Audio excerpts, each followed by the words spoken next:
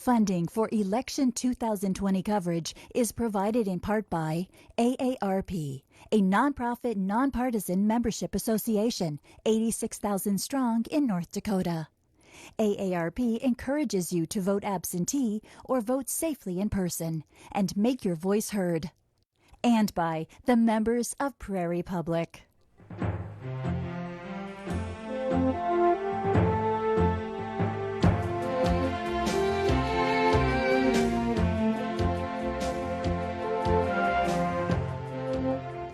Good evening. Welcome to Prairie Public and AARP North Dakota's coverage of Election 2020. I'm Matt O'Lean. This is the debate between the candidates for Minnesota's 7th District Congressional seat. My guests tonight are Democrat Collin Peterson and Republican Michelle Fischbach. As you can see, we have socially distanced podiums to comply with safety measures regarding COVID-19. Each candidate will have a 1-minute opening and closing statement, and I will throw out topics in between for discussion. Based on the coin flip, Collin Peterson will go first on his opening statement. Congressman Peterson. Well, thank you, Matt, and good evening, everybody. And I want to thank Prairie Public and AARP for sponsoring this debate. And I want to thank the voters and people of the 7th District for giving me the opportunity to serve them in Congress over these number of years. I've been there long enough so that I was able to move up to the head of the Agriculture Committee on the Democratic side in 2005. And I've been chairman twice. I think I'm probably the only person that's ever done that, that's been chairman of the committee 2 times. And we've been able to do some good work. We've kept the committee bipartisan, which is important to me, and I've been rated the most bipartisan member of Congress, and we've kept the committee that way. And we've been able to get the farm bill done that the president signed in 2018. We got the USMCA trade agreement done that people were concerned about, but we made that happen, and we got a good Democratic vote. So I look forward to going back to Congress and continuing the bipartisan work that I've done over the number of years. Okay, Michelle Fischbach, 1-minute opening statement. Well, thank you very much to Matt, AARP, and Prairie Public for putting this together tonight. I am Michelle Fischbach. I served in the Minnesota Senate. I was the first female president of the Minnesota Senate, and I was the lieutenant governor for a short time. I live in the Painesville area with my husband, and we have 2 children and 5 grandchildren. And I've really enjoyed campaigning across the district and getting the opportunity to talk to people. And although the COVID shutdowns did slow us down, I stayed on the phone for a couple of months and made a lot of phone calls and reached out that way. So very happy to do that. And I think people were happy to get the phone calls because they were at home too. So I just want to make sure that we look to the future in rural Minnesota and in the 7th District, and that we make sure that we are making this a place where people can live, work, and raise their families, and make sure that we move things forward and we work on the economy. And I appreciate the opportunity to be here tonight and looking forward to the discussion. Okay, let's get right to it. And topic 1, of course, is COVID-19. Schools are starting to open with hybrid learning and things like that, and many people are getting back to work, but the issue has become political, and I want each of you to talk about first the U.S. response to the crisis, or specifically President Trump, and also talk about Governor Walz's response within Minnesota. Now, Michelle Fischbach, you start us off on this topic. Well, and you know, it really is an issue that affected us all, and I will just say that, you know, I talked a little bit about the shutdowns and how it affected our campaigning. But I do think that in Minnesota in particular, you asked about Minnesota, I think in particular, we tried to put a one-size-fits-all policy on the entire state, and it didn't work for rural Minnesota. And we've really done some damage with in the ag industry, in the businesses, and we need to make sure that we are getting the businesses back open, and we're making sure that we're moving forward on that, because the things are depending on that, and the economy is depending on that. Make sure that we're opening those back up. Obviously, businesses, particularly in rural Minnesota in the 7th District, understand what it will take to keep their patrons, their customers safe, and they're able to follow the CDC guidelines, but let them get back to work, let them get people back to work. And I think on a national level, you know, the president has made sure that we shut down travel as soon as he could, and making sure that we're moving forward on a vaccine. And so I appreciate what he's done on the COVID relief, and we need to make sure that, that we move things forward and we open the businesses back up. Okay, Collin Peterson, response? Well, unfortunately, we're not out of the woods. When you can't keep the President of the United States safe in the environment where they're testing all the time and doing that sort of thing, you know this virus has not gone away. and it's a serious problem. And the people that work for the president, Dr. Redfield, Dr. Fauci, others say that the most important thing is to wear a mask, and keep socially distanced, wash your hands, and don't get involved in big crowds. Unfortunately, we keep sending mixed messages from the federal government. And I think it's a problem, and we have more cases and more deaths in this country per capita than just about any country in the world. So we need a federal response that's clear, that sends a signal to people that this is what we need to do to stay safe. In the state, I think I've talked to the governor a number of times. I think it was a mistake to have one size fits all for the whole state.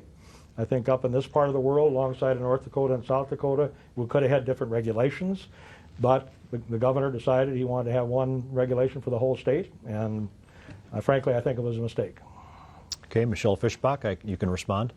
Oh, no, I don't think so. No more? Though. No more. Okay, we'll move on to the next issue then. And let's stick with that in the stimulus package. Right now, talks are stalled, of course, in Congress about a second stimulus package. We may not have anything till after the election. What are both of you, your views on a second stimulus bill and the proposals that are out there? Collin Peterson, you'll start off on this one. Well, we passed a bill in the House in May that I thought was overdone. I thought it was too much money, but the Speaker accepted our agriculture stuff that we had worked on in the committee, and because of that, I kind of held my nose and supported it because I knew it wasn't going anyplace. Now they've come up with another bill where they've dropped the price tag down to $2.2 trillion, and they've cut back on some of the ag stuff. But I just think that we have to focus on what the really important things are, and not just be giving out money to people, because we have to pay this money back sometime. So in agriculture, we have money for depopulating hogs and turkeys, for helping with the packing plants, for helping ethanol, things that are a crisis right now. And I think that this bill should focus on what is a crisis and where we can actually help. And so this last bill I voted against because I just don't think it hit the mark on what we needed to do. At the end of the day, there's going to have to be an agreement between the President, the Senate, and us. And I think it's going to be less money than what we've been talking about, and frankly, it should be. Michelle Fischbach, response? Well, the HEROES 1 and the HEROES 2 Act. The HEROES 1 Act, yes, I believe Congressman Peterson said he voted yes for it, and it was about $3 trillion worth, and much of it was not focused on COVID relief. And yes, there may have been some great ag stuff in there, but if it's not going anywhere, the agricultural provisions can be wonderful, but if it's not going anywhere, and that HEROES 1 and HEROES 2, those two bills are at a dead end. They have not been, Nancy Pelosi and DFL leadership or Democrat leadership pushed it forward and without negotiating or even talking to the president, without talking to the Senate, and these are dead ends. They are not going anywhere. They're not really trying to make sure that the American people get COVID relief, which I support.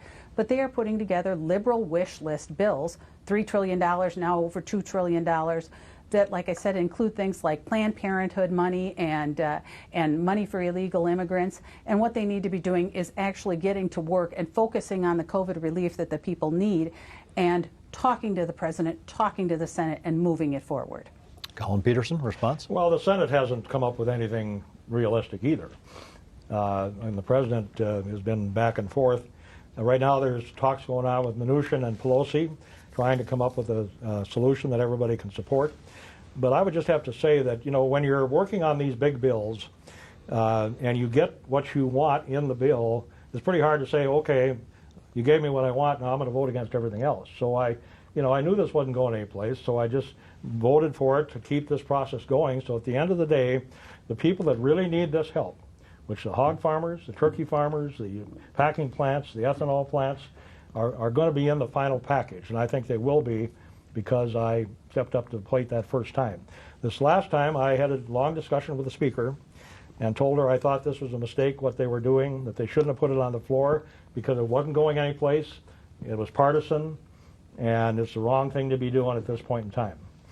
Michelle Fischbach. Well, I really do think what we need to be doing is stepping up, and if the Senate hasn't come up with anything, then the Democrat leadership in the House needs to be moving forward and talking to the Senate and trying to get these things done. And the ag provisions are still going nowhere because those two bills are not moving. And so what you need to do is make sure that Congressman Peterson, in the opening, you talked about being bipartisan. Then maybe what we need to do is move forward and be bipartisan on the Senate bill and talk to the Senate and the President. Collin Peterson, do you have a response? Well, I mean, we are bipartisan. Mike Conaway and every Republican on the committee supported what I did. You know, and so that, I don't know how I can be more bipartisan than that. And I am not in the leadership. You know, and I had a very tough discussion with the Speaker that she didn't like. And I told her what I thought, and, you know, that's how it works. Michelle knows that. She was in the legislature. You know, you can't, on these bills, you can't have everything exactly the way you want it. So we have been bipartisan, and at the end of the day, I think we'll be successful. Michelle Fischbach, I'll give you a last word on this topic. Well, I think the last word is that there is nothing happening on COVID relief for the American people. Those two bills, well, the most recent HEROES 2 is not moving forward, and right now we do not have any COVID relief in the ag sector or for the American people. Okay, we are going to get to ag very quickly, but first, next topic is the Supreme Court vacancy brought on by Ruth Bader Ginsburg's passing. Now, Representative Peterson, you've introduced a constitutional amendment that would state only 9 justices can serve on the court. There has been talk that if Vice President Biden is elected, there could be a court packing. So this is really a two-pronged debate. First off, talk about why you propose this amendment, even though Michelle Fischbach will go first. And also, do both of you feel this nomination should be delayed till after the election or should go forward now? Michelle Fischbach, you start us off. Well, first of all, I do appreciate the legislation not to pack the court or the resolution not to pack the court, because that is not something I support nor want to see. But I absolutely support the President moving forward with the nomination and the Senate moving forth with the confirmation. It's the constitutional duty to make sure that they do that and move forward and make sure that that vacancy is filled. And I think it is an important part of their duties, and they should do it. And I appreciate Amy Coney Barrett and think she will make an excellent Supreme Court justice. Collin Peterson. Well, you know, we were working on this bill before the Supreme Court issue came up. So Representative Riggle and I had worked on this bill, had it ready to go, and we introduced it. So, you know, any of this talk of packing the court or trying to jury-rig things is a mistake. We have enough problems in this country. We have enough divisions in this country to not be doing that. So we introduced this constitutional amendment. We hope that we can get support for it. And I think 9 justices have served us well for a couple hundred years, and there's really no reason to change that. In terms of you know, this nomination, I know there are people that are upset, but the President wants to move it. It's his prerogative. The Senate apparently has the votes. It's their prerogative. And that's the way the Constitution set this up and the way things work. Follow up on this. What is the difference then between this situation and the Merrick Garland situation from 4 years ago, which is what we hear from the Democratic side with the complaining? Michelle Fischbach? Well, I will just say every situation is different. When there is a Supreme Court vacancy, and I believe that it is a constitutional duty for the President to go ahead, move ahead, and it is their prerogative, and they should handle it. Both the President and the Senate should go ahead and handle it. Collin Peterson? Well, you know, I think there's a fair amount of hypocrisy going on here, because you have people that took one position, Republicans in 16, and now they have a completely different position now. But having said that, again, the President has the prerogative to do this. They apparently have the votes. We'll see. And, you know, I'm in the House. We don't have a vote in this fight.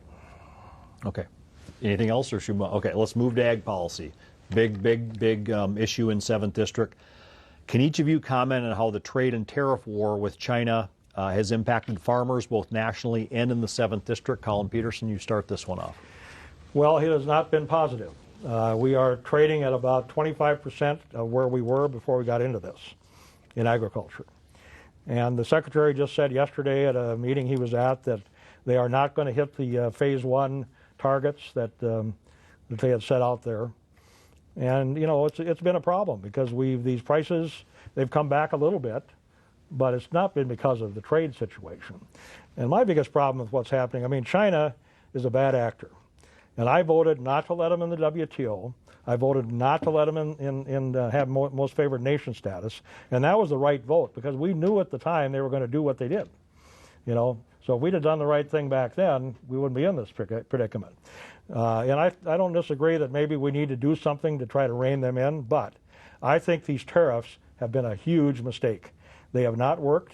They have hurt not only farmers, they've hurt manufacturers, they've hurt Polaris, a lot of other folks in my district, and they have not solved the problem.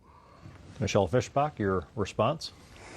And prior to the COVID shutdowns and the pandemic, President Trump was making headway with China. And we all do know they're bad actors. They are bad actors. They are not trustworthy. But they have been ripping off the farmers and industry for years. And so President Trump took that step forward and started to deal with those things and making sure that we were going to be getting at least a fair deal and a decent deal. And so he did make that. And people understood that. People understand that China, and particularly now after the COVID outbreak and all the things that have been going on in China, people understand that China's not a good actor. But I think the president has been making headway and making sure that we move forward with those negotiations. In addition to that, you know, with the tariffs, the ones that are hurting the farmers are retaliatory tariffs from China, and that is where they're coming from. And I do understand that Congressman Peterson is going to talk about the tariffs and blame them on the president, but do understand he is trying to do what he thinks is right to make sure that we get a decent deal from China. And we do need to continue to expand our trade partners, you know, whether it be Australia, Vietnam, Japan, but continue to move forward and expand our trade partners across the world. Okay, Collin Peterson, response? Well, I mean, I'm not blaming this on the president. The president is the one that put the tariffs on. And if you know anything about trade policy, you knew the Chinese were going to retaliate. The only question is who they're going to retaliate against. And what people need to understand, it is not farmers that were hurt over the 20 years that we've been trading with China. We actually benefited. We're the people that benefited from the trade that was going on because when the people over there, when we lost all of these jobs in manufacturing in Ohio and other places, they went in, the people in China they moved to China. The people in the country went in and took those jobs that used to be in the United States. They used to get paid $4,000 or $5,000 a month. They were paying them $100 a month in China, you know. But the people moved into town, 300 million of them, and those people used to be farmers. And so then what happened is we sold farm goods to make up for the loss that happened because of that. So we had benefited, you know, and it's hard to put any kind of spin on this that this is somehow or another win for agriculture. Michelle Fischbach. Well, I think as we continue through, we will, the negotiations will continue, and the attempts to make the Chinese create a fair trade deal will continue. And, you know, I do think that President Trump understands what it is doing, and, you know, he did create the program to help farmers through with the tariffs. Okay, I want to also get to another ag issue. We'll start with you, Michelle Fischbach, on this. Of course, Congressman Peterson touts that he's the chairman of the Ag Committee. How, if you were elected, would you manage ag policy or try to move up the ranks of the committee chairmanships and things like this? If you were elected, how would you approach ag policy for the 7th District? Well, I'll tell you, I do have, as we've mentioned, I did serve in the Minnesota Senate, and I did serve an area that had ag, and so I've continued to create those relationships with the farmers, with the farm groups, and continue that through. And we've already started an ag advisory committee that I deal with weekly in order to make sure that we are hearing what's going on in the field. And I think the most important part is making sure that you continue that conversation. You know, we have a farm bill coming up in 2023, and we need to start that conversation early and learn what is important to the farmers and what they think is working and what they think they need. Not just someone in Washington, D.C. telling them what they need, but understanding better what's going on with them. And I will continue to make sure that that conversation continues after I'm elected. Okay, Collin Peterson. Well, we're the 4th biggest ag economy of any district in the country. Agriculture is this district. And here in the Valley, the sugar industry is a huge part of our economy all through the whole situation. So because I've been able to be in Congress for a while, I've become the head of the committee. And that's a big deal in terms of getting things done, because the meeting doesn't start, any ag meeting in Washington and the House doesn't start till I get into the room. And it ends when I leave. And the secretary calls me all the time to talk to me about what he's doing. His people call me, run things by me.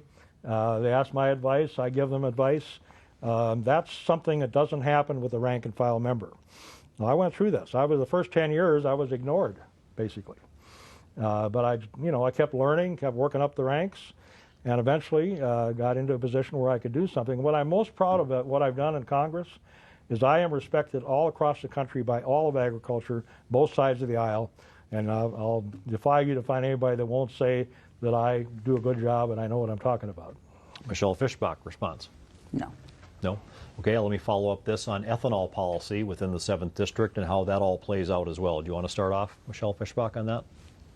Oh, certainly. I thought it was Congressman Peterson's Nope, this is turn. kind of the same. Oh, okay. Yeah, we'll keep going on this. Well, certainly I have always been a supporter of ethanol, and in my time in the Minnesota Senate did make sure that we were supporters of ethanol, and we did what we could to help them in the Minnesota Senate.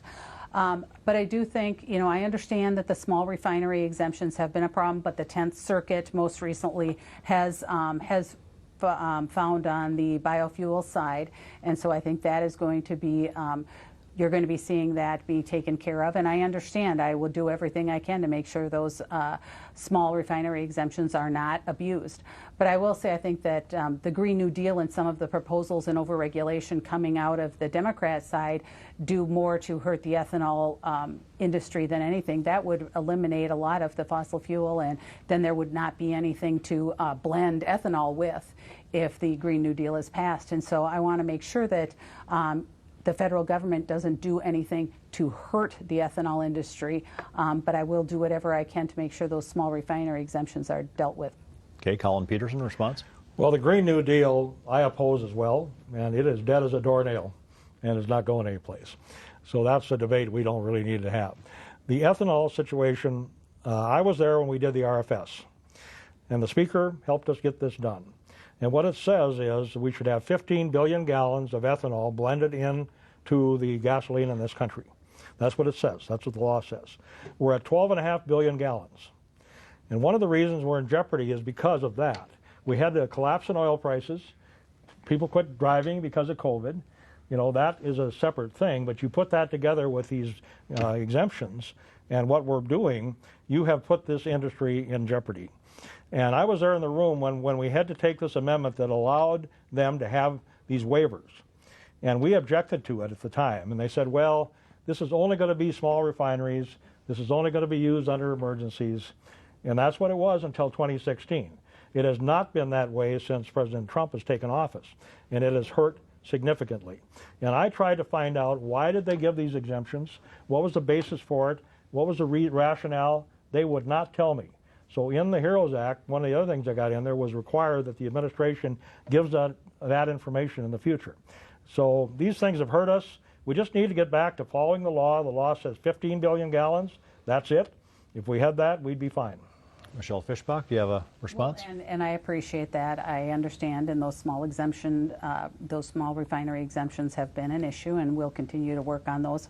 But I do think we do want to mention that one thing that is overlooked a lot of the time that President Trump did do was provide for year-round use of E15. And so that is something that has moved things forward. But I understand that we need to make sure we do whatever we can to help the ethanol industry. I'll give you a last word on this, Yeah, Collin I'm Peterson. for E15 too, but you need to understand that unless we get the infrastructure to be able to get it out there, it doesn't do a thing.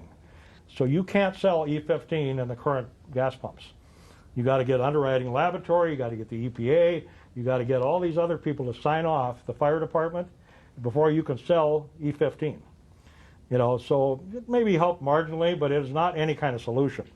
And it's kind of a way for politicians to get off the hook. Again, all we need is to follow the law. Law says 15 billion gallons of corn ethanol. If we had that, this industry would be fine. Okay, next question. The next farm bill, where does this stand? How will each of you approach this if elected? Collin Peterson, you start on this one. Well, we're going to start in the next Congress working on it, as we always do. And we'll have field hearings. We'll go around the country. We'll have hearings in D.C. And what I've insisted, and what I did back in 2008 when I did the Farm Bill, and what I will do again if I'm chairman, is have this bill developed at the subcommittee level. Now, we have all kinds of new members on the committee on both sides of the aisle. And the way to train those people in and get them to understand the issues is to let them work in these smaller committees where they get an opportunity to be involved, to understand, to learn. And that's a lot of what we've been doing this last 2 years, is helping people to understand a lot of these issues. And we'll start, like I say, the next Congress in these hearings, and then we'll get into it in 2023. It's going to be tough because farmers have gotten so much ad hoc money out of this administration that we will not have. We don't have that in the Ag Committee. We don't have that kind of money. We don't have any new money to spend. So it's going to be a difficult thing to do a bill when they've been expecting $50, $60 billion and we have no money. But we'll figure it out some way. Okay, Michelle Fischbach, how would you approach this if elected? Well, and we need to start early, and we need to make sure that we are talking to farmers and understanding, like I said earlier, what they need and what they want and what they would like to see in that. And make sure that we are looking forward and that we are looking at what is going to help us in the next 30 years and how we can bring in new farmers and those young farmers and making sure that we have opportunities for them to come into farming and really moving the ag industry forward and making sure that we are talking to people about that and that we are creating, we're looking outside the box and making sure we're open to new ideas and new things that could happen within that farm bill, and that we are, like I said, moving ag forward and making sure that we have strong rural communities. Okay, Collin Peterson. We've done significant innovation in the Farm Bill, starting in 2008. When I created an organic local foods subcommittee, people thought I was crazy at the time. But organic agriculture has a profitable niche, and it's been one bright spot. So we've done that. We've got the beginning Farmer and Rancher program, which has been a huge success. And we've added on to that. We started in 2008. We've added on to it in 2014 and 2018. So we've done a lot of innovative things to move in a different direction on the committee without forgetting commercial agriculture, because at the heart, that's what feeds the world. And that's what runs this economy out in this part of Minnesota. So, I think we've been on the ball, and we will just continue to push those things forward in the future. Michelle Fischbach, I'll give you the last word on the Farm Bill. Well, and I will just say 2023 comes faster than you think, and we need to make sure we are working on it now and we are getting the kind of input that we should have. Okay, let's move on to a question from our co-sponsor, AARP. Social Security is a self-financed off-budget program that half of all seniors rely on for more than 50% of their income.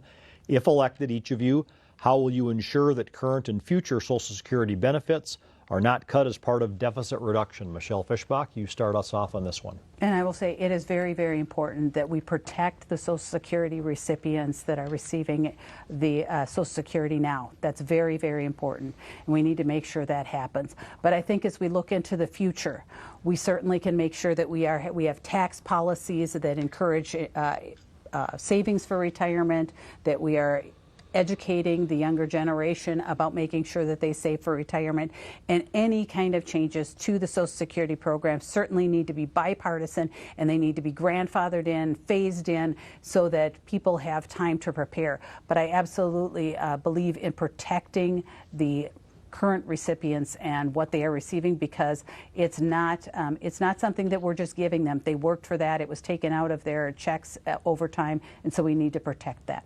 Collin Peterson. Well, there are potential problems on the horizon with both Social Security and Medicare. The funding is, different. You can talk to different people and they'll give you different dates. But, it is a concern. But I would not support any kind of cuts or any kind of increasing of age or any of that for people that are on Social Security. And we also have to make sure that the Medicare system is solvent. So in the case of Medicare, the 1.65% tax on Medicare applies to all of your wages. So if you make $1 million, you pay that 1.65% on the entire $1 million.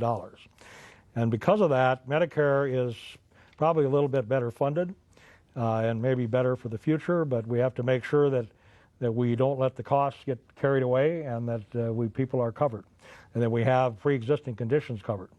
In the case of Social Security, there's been a cap. I think it's now 137,000 or something. So when you hit that cap, you quit paying Social Security tax, which is 4-point-something%. There are some talk about taking it off completely. I think that's probably, too much. But there are ways you could adjust that top cap that would extend out the trust fund for Social Security significantly. And I think we should look at that. Michelle Fischbach. Well, and I will just add, since Congressman Peterson brought it up, the making sure that Medicare is there for people too. It's very important to the elderly and to people rely on it, and want to make sure that that remains those benefits. Although what I do not support is the Medicare public option, and I believe that most recently, I believe Nancy Pelosi and Senator Tina Smith have come out in support of that. And I think that actually those reimbursement rates that would be coinciding with those with that public option plan would be harmful to our rural hospitals. And so that is something that I would not support. Collin Peterson. Well, I oppose the public option as well, and I did vote against it when it came up in the House. But the bigger threat to our rural hospitals is not the public option, because I don't think it's going to happen. It is what they're trying to do with critical access hospital funding. Back in 2003, Bill Thomas came to me and asked me to work with him on his Medicare bill. No other Democrat would do it. I said, well, if you help me with critical access hospitals, I'll help you. He wanted to get Medicare Advantage, and the Democrats opposed it. So we went to work, and he put $38 billion into that bill for rural hospitals, critical access. We raised the beds to 25, and we had the reimbursement set at 101% of their cost. That saved these rural hospitals in my district. Half of them wouldn't be here today if we wouldn't have done that. It's one of the things that I'm most proud of in my career. So that is the biggest issue. Now the problem is the administration and others in Congress are trying to cut that 101% down to 90%. And that is the biggest threat to these rural hospitals that we have, bar none. Michelle Fischbach, do you have a response to that? And also maybe on the Medicare age, which has been talked about to be lowered possibly? Not sure where you stand on that, but we can get into that as well. Well, I'd just like to address really quickly. Yep. I absolutely support the critical access hospitals and believe that those need to stay there. One of the things that has been difficult for the rural hospitals and has really hurt them was the Governor Walz's shutdown and ending any elective procedures by the hospitals. They didn't receive reimbursements. They weren't able to do any of the procedures, and they didn't receive the reimbursement, and that has made it very, very difficult for them. And it puts them at risk also, is that COVID shutdown and end of elective procedures. But as you take a look at the Medicare, we need to make sure that it stays solvent and that we do provide those. So whatever kinds of changes, again, they need to be bipartisan, just like they would on the Social Security. Okay, Collin Peterson, I'll give you the last word on this one. Well, I mean, it just, we have a good system. It works. It's saved these hospitals, and now it's under attack by certain people to cut back that funding, and that is the biggest problem facing us. I think the governor went overboard with some of what he did. I agree with that. But that's a state, and we don't have any control over that. And I told him what I thought, and he listened and didn't do much about it. But the biggest threat is the cut in these reimbursements. And the hospitals are not making a huge profit the way it is. And the last thing they need is to be cut back from what they've been getting. Okay, let's move to our next topic. Even though the death of George Floyd did not occur in the 7th District, follow-up protests engulfed the nation, including calls in some quarters to defund police forces. I want to ask each of you your response to these protests, social justice discussions, racial disparity discussions, and how each of you feel about police funding or defunding the police, in whatever quarters that means. Collin Peterson, you start on this. Well, I'm proud to be endorsed by the Minnesota Police and Peace Officers Association. And I got that endorsement because I support the police. We absolutely need the police, and without that, we got big problems. So I have got no problem with protests if they're peaceful and organized, then that's fine. But what went on in Minneapolis was not a peaceful protest. And I am opposed to the looting and rioting and other things that happened down there. And how that got out of hand, I don't know. But the people that represent that area, you know, obviously were asleep at the switch. And I feel sorry for the police having to try to deal with that, you know, in the midst of all that problem. So, you know, I'm not for defunding the police. I'm for supporting the police. I think there are instances where you've got some bad actors that maybe need to be called out, but I think they're in the minority, significant minority, and so I am one that does not appreciate some in our party calling for defunding the police. I think it's a huge mistake, and I've told them that. Michelle Fischbach, the response. And I will say, I think that the rioters, because so many of those instances, they were not peaceful protests, they were riots. And the rioters absolutely, positively need to be dealt with, and it needs to be stopped, because they are looting and rioting and burning down businesses, and that is against the law, and we need to enforce law and order.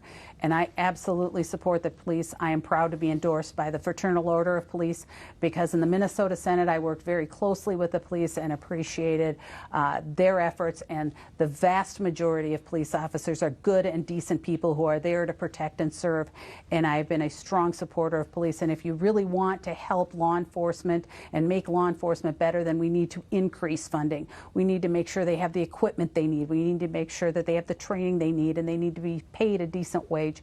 And I worked with the police officers, the law enforcement officers in the Minnesota Senate to make sure that we could move those kinds of proposals forward.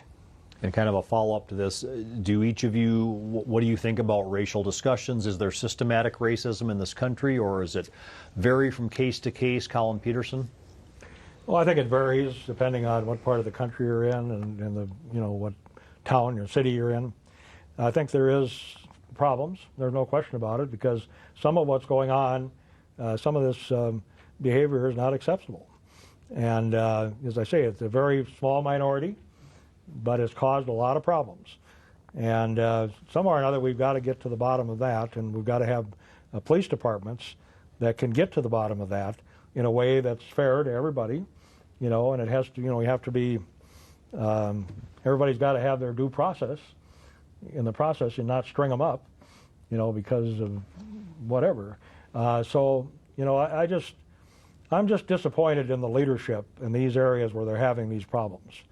Because I just think if I had somebody in a district in my, a city in my district where this was going on, I would be there myself and doing whatever I could to make sure it stopped, you know. Michelle Fischbach, your response. And if there is racism in a police department, I think that increasing the education, increasing their training, increasing their wages, increasing the help that we are giving those departments would certainly be able to root that out and make sure that they are dealing with it properly. But I absolutely, it's the riots that are a problem right now, because that's their response to what they consider to be racism, and rioting is not the way to address the issue. Okay, let's move on. The EPA had been mentioned earlier. I want to get back to that. Can each of you respond to a recent report suggesting that President Trump had told the EPA to reject the small refinery exemption to the renewable fuel standard, and how would such a thing impact the 7th District? Michelle Fischbach? Well, and I'm sorry, I guess I'm not completely familiar with the report that you're talking about. Okay. I didn't see that. And so I would be asking, you said President Trump, they are claiming that President Trump was told. Right, and you talked about this in the WCCO debate, I believe, as well. Okay. So. Well, if you're talking about the small... right. You know, we talked about those earlier, and I don't know exactly what President Trump knew or didn't know, but I will say that I do not support the abuse of those small refinery exemptions. Okay, Collin Peterson? Well, it's hard to know what's going to actually happen out of this, because this is all happening because we have some senators, Republican senators, that are in trouble because of what the president did with these waivers. Joni Ernst is the primary example in Iowa. So this has been a huge political issue. Finally, the president said, okay, we're going to do something about this, but we're not going to do it till after the election. And he wasn't clear about what he was going to do. So I hope they actually do something. I hope they rein these things in back to what it was supposed to be in the first place, and that is it's supposed to be only, very limited circumstances. There has to be a valid reason for it, and it has to be small refineries. They gave exemptions to ExxonMobil for, that's not a small refinery, and that's what we've been complaining about. So I hope the president does do something about this, that he quits doing these waivers, that he orders the EPA, to do this the way they should be doing it.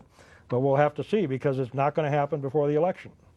Okay, Michelle Fischbach, and maybe a follow-up to that is EPA overreach, which has been a big issue with the Republican Party, and how that has happened, and how would you approach that as well if you were elected?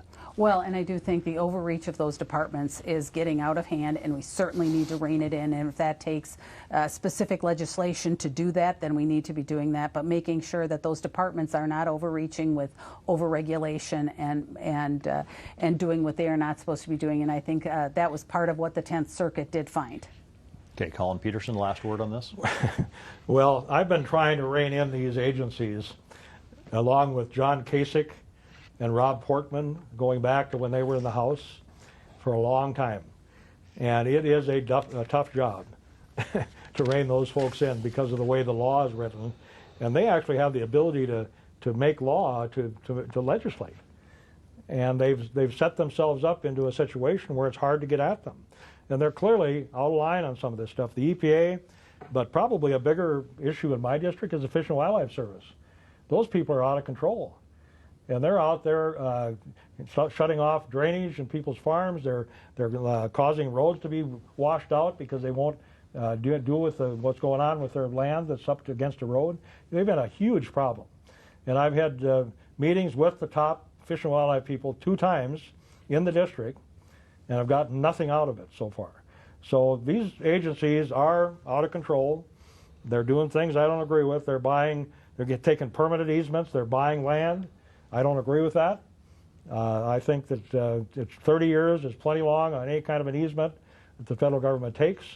And so I've been doing what I can, but it is a tough job trying to rein them in. Okay, another question from our co-sponsor, AARP. Americans pay the highest prescription drug prices in the world. If elected for each of you, how would you fight to cut prescription prices for all Americans and, of course, 7th District voters? And a follow-up, how would each of you approach national health care policy if elected in regards to either tweaking or eliminating the Affordable Care Act? And Collin Peterson, you start on this. Well, first of all, the Affordable Care Act is not perfect, and I didn't vote for it. But once it became law, it covered pre-existing conditions, which is a huge problem in this country. So that was one good thing that it did. It did a lot of other things that I had a problem with.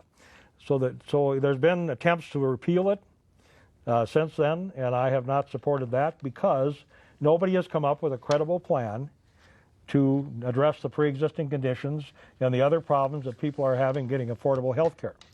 So it's a system that I don't think is the greatest in the world, but I don't see an alternative at this point.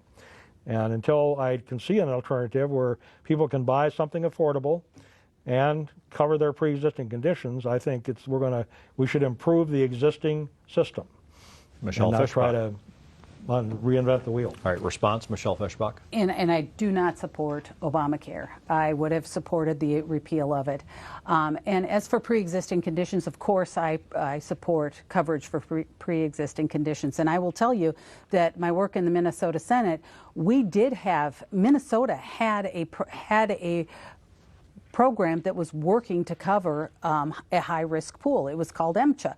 But Obamacare eliminated that and made us get rid of that and go into the Obamacare model. And so that program that was working and serving people and covering people in those high-risk pools was eliminated. And I think that there are things, certainly, Obamacare, they claimed it would cut health insurance costs and things like that, and it didn't do it. And so it's obviously needs to be repealed, and we need to start over. But I will say, in the meantime, there are things that we can do. We can make sure that association health plans that allow people to come together, whether it be small businesses or the self-employed come together, make sure those are strong and that they are able to use them. Increase increase the use of health savings accounts, make sure that there's transparency in costs so people know what they're paying for health care and the procedures they're going to have.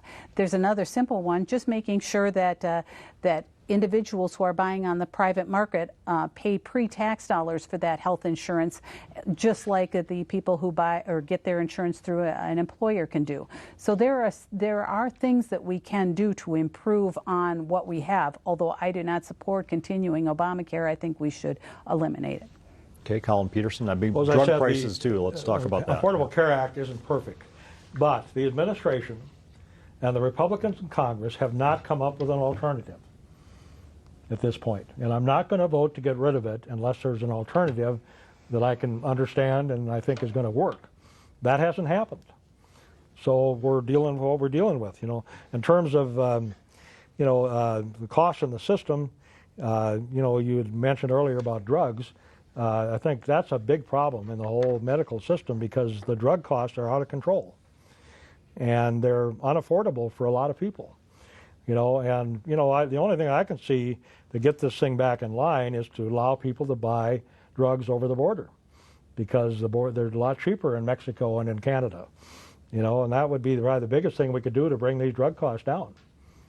Michelle Fischbach. Well, and there may be issues with buying across the border because we don't know exactly what they're getting and if they are properly looked at.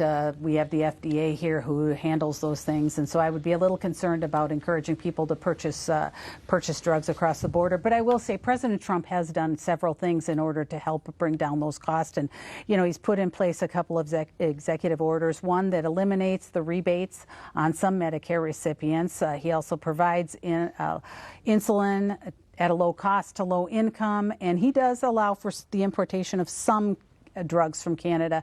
But I do think there are things that we can do, things that he has done, but we need to continue to make sure that we are addressing that issue. And, like any discounts that are negotiated by pharmacy benefits managers should certainly be passed directly on to the consumer. So there are things we can do to improve.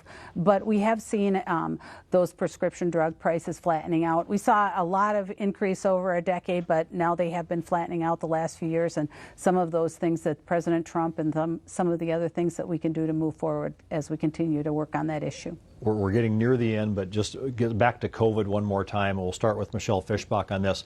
There's no vaccine yet. Schools are kind of open and kind of not open. It depends on the week, it seems like. And businesses, of course, were severely hit by this.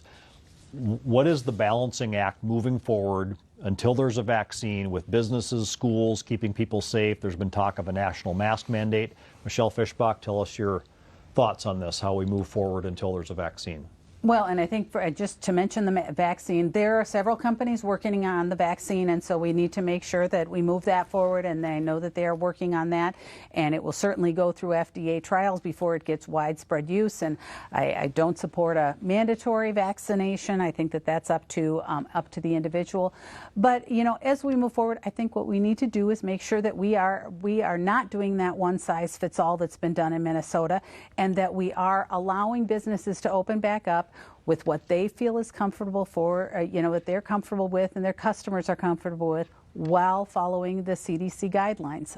I think as we social distance and things like that, making sure that people are comfortable, but the one size fits all is a problem, and we need to tailor that to areas of the country and areas of the state.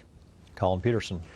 Well, I think it's obvious. The only way we're going to, and I hope and pray we have a vaccine.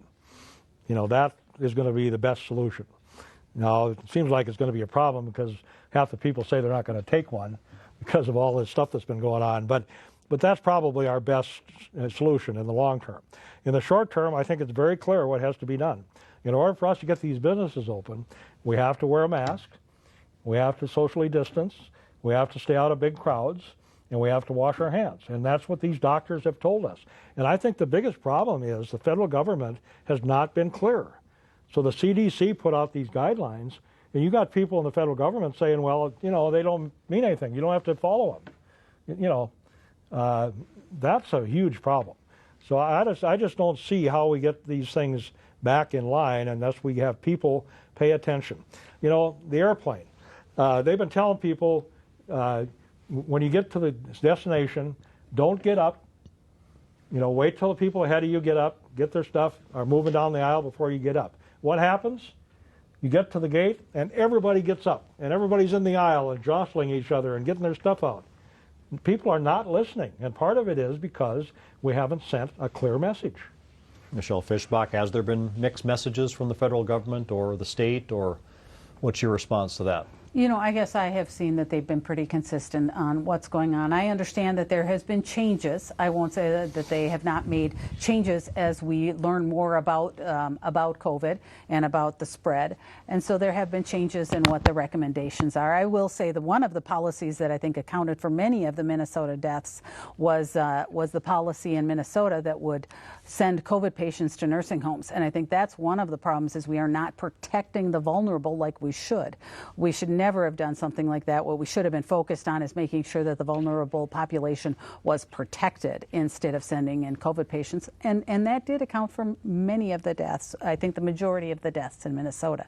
But I do think that, as people, as the people understand the CDC guidelines and should be following them. Collin Peterson, last word on this. Well, I think I've said it. Okay. Last issue before we get to closing statements. As you talk to voters, what are the single one or two top issues for 7th District voters? Collin Peterson? Well, it depends on who you're talking to. Yeah. I jestingly say that with farmers, what they ask me is, are we going to get another check? How big is it going to be, and when is it going to come? And that is a problem because we got the farmers kind of off of the government, dole, ad hoc deals, and now we're kind of back into it. But people are very concerned about COVID and about the fact that we're not getting this under control. And I hear that from people. They just can't figure out why the United States of America, the most powerful country in the world, the most resources of any country in the world, why didn't we have a test right away? Why didn't we do some of the things that we should have done? And how could we now be still in the middle of this far into the situation? So that's, the COVID has kind of taken over everything. And you can't get out and campaign like you did in the old days. There was no parades, there was no fairs, it really limits what you can do, and it also limits what Congress can do, because the way the Congress is operating now is a big problem as well. Michelle Fischbach, what are the issues that you consider the most important among voters that you've talked to? Well, first of all, we had a couple of parades. We were at Goose Fest parade, so we had fun. We were at the Goose Fest. There were a lot of people there. Yes, there were. It was fun. I hope there's nobody gets sick out of it. But, I will say what I'm hearing out there when I'm talking to people is the economy, is making sure that we get the economy going again. We make sure that we are moving things forward, because things were going so well before the COVID. People were at work, there was low unemployment, and so they want to see that move forward and make sure that economy is strong. But in addition to that, and we talked a little bit about it before, law and order. They want to make sure that the stuff that's going on in Minneapolis is not going to happen in their backyard or in their city. And so those are the two things that I see that people are really concerned about right now, that they're talking to me about a lot. Okay, let's get to closing statements. Michelle Fischbach, your 1-minute closing statement. Well, I just want to say thank you so much. Thank you to Matt, thank you to AARP, and thank you to Prairie Public, and thank you to Congressman Peterson for being here tonight. I really appreciate it.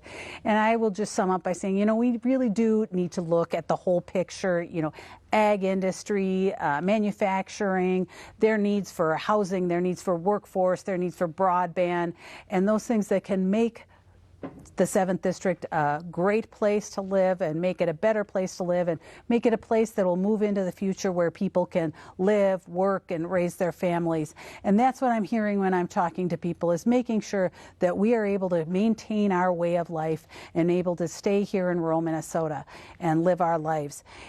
This is the most important election of our lives. This is going to determine which direction our country goes. And I want to go to Washington, D.C., and I want to fight for the 7th District. I want to fight for our rights, and I want to fight for our way of life in the 7th District. And I ask for your vote this election, and I thank you so very much for listening in, and for Matt and for the others for putting it together. Thank you. Collin Peterson, 1-minute closing statement. Well, again, Matt, thank you. AARP, Prairie Public, and Michelle, thank you for being here tonight. You know, my official title is Representative Collin Peterson, and I take that very seriously. This is the only job in the government where you can't be appointed. You have to be elected to be in Congress. And a lot of people don't understand that, and that really is something I think is special. And so I take this seriously, I approach my job as a representative of this district. I'm the guy that goes to D.C. and takes our concerns to D.C. And I work with whoever's there. So I have to work with Nancy Pelosi. I don't agree with her on most everything, but she's the speaker, and if you don't work with her, you're not going to get anything done. But I work with John Boehner. He and I didn't agree on much, but we could work together. I work with Paul Ryan. I work with Hastert. I work with Gingrich. That's what you have to do as a representative of this district. I've always done that. I've done it in a bipartisan way. I've worked with people on the other side of the aisle, and I think we've had some good success in terms of what we've been able to do for this district, whether it's the sugar beet industry, whether it's disaster programs, whether it's the farm bill, whether it's the trade agreements. You know, and I look forward to doing that in the next Congress, and I'd appreciate your support. Okay, thank you. Thank you, Representative Peterson, for being here. Michelle Fischbach, thank you as well for your participation. Thank you for tuning in to Prairie Public and AERP North Dakota's production of Election 2020. Election Day is November 3rd, and early voting is underway. So long. Good night.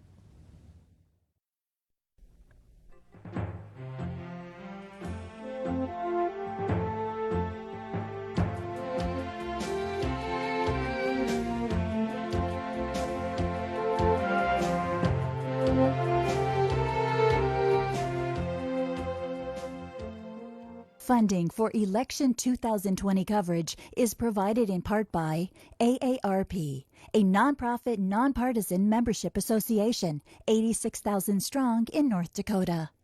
AARP encourages you to vote absentee or vote safely in person and make your voice heard.